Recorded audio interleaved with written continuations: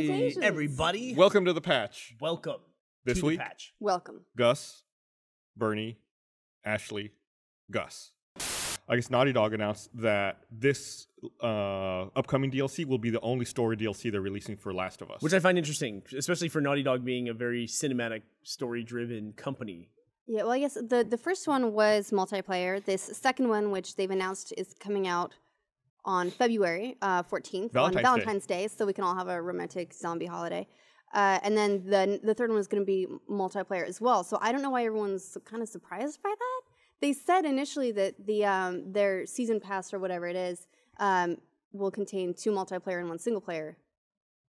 The single player, we know what that is. So why are people surprised that there's not going to be more? Yeah, that leads me to the question, is there going to be any more at all? Like they said explicitly, there's not going to be any more campaign. You think there might not be any more multiplayer either? No, maybe not. I mean, if the season pass covered 2 multiplayers and 1 campaign, here we are at the end of it. How big is Naughty Dog? Can they develop 2 AAA titles simultaneously? Because I know they announced they're working on a new Uncharted. Yeah, but they also said that that's probably not going to be out this year. So it's still pretty early in development. Okay. But that's still, I mean, they're still dedicating a team to that. So it's like, do they have enough resources to then be developing something else simultaneously? I mean, they have a lot of people. They were what, a whole floor of a building. Yeah, no, it was they were more than that. I mean, it was huge. We got to go visit them and take a tour of the place when we went to VidCon, and it was just after they released Last of Us. So it's that post-release where everyone's just gone. You know, they finally get to take a vacation after 2 years of crunch. Right. I'm not sure if that was their crunch, but yeah, but it was a lot of space that they had. They also released the opening cinematic for that Left Behind DLC as well, and you can watch, I guess, the opening interaction between Ellie and Riley. Oh, really? Yeah, it's like a 2.5 minute cinematic. It's supposed to be pretty cute. Like, it's a little bit more lighthearted, obviously, because it's two young girls hanging out and bonding, and this whole thing hasn't happened to Ellie yet, so it's sort of like before it gets dark. So there was another news story this week, I guess, saying that League of Legends now has 27 million players a day. So crazy. What? Which is fucking huge. It's like 3 New Yorks. Yeah, all fighting MOBA style. Wow, that's crazy. And I guess there was another bit of news where the UK porn filter was blocking a League of Legends update, because in the URL, it just so happened that like a file name and a domain name came together and had the letters SEX. I think it was chains extended. So the S in chains and the extended made the word sex. Wow, really? So yeah, it was you couldn't patch unless you disabled the UK filter. Just because the word sex is in the URL, it's not even the word sex. It was just that the letters S, E, and X were close to each other. Right. Yeah, that's I mean, just the fact that we're talking about the UK porn filter, that's a really weird thing to me.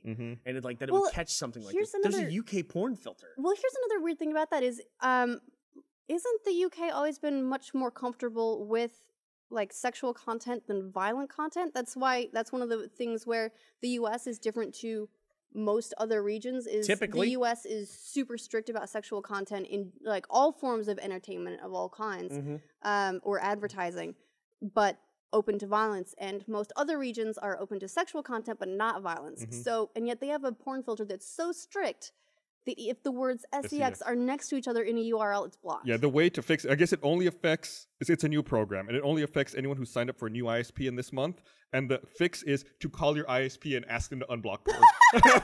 So you literally have to call and be like, can you turn the porn filter off? I can't download my League of Legends update. Oh, no, yeah, right, sure.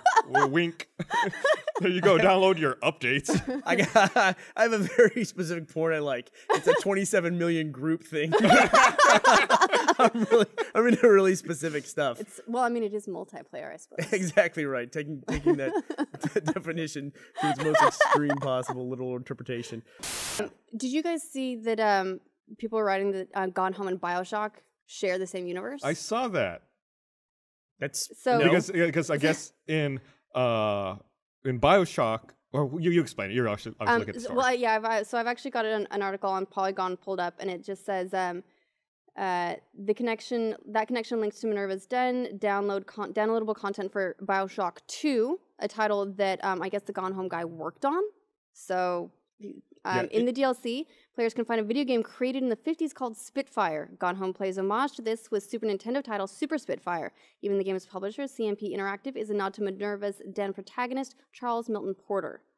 I remember picking up that Super Spitfire cartridge in Gone Home and being like, what is this? And then he goes on to say, in a totally non-legitimate way, we very lightly imply that BioShock takes place in the same universe as System Shock. So in theory, if you were able to make a lot of logical leaps, all those games have been linked together by our ridiculous retconning. I like that. He said in a non-litigious way. Yeah. In a don't sue us kind of a way. Like, don't sue us, but they take place in your universe. We'll be back Monday with another episode of RT Podcast, and next Wednesday with another episode of The Patch. And if you're watching from the UK, sorry about all the sex talk. SEX.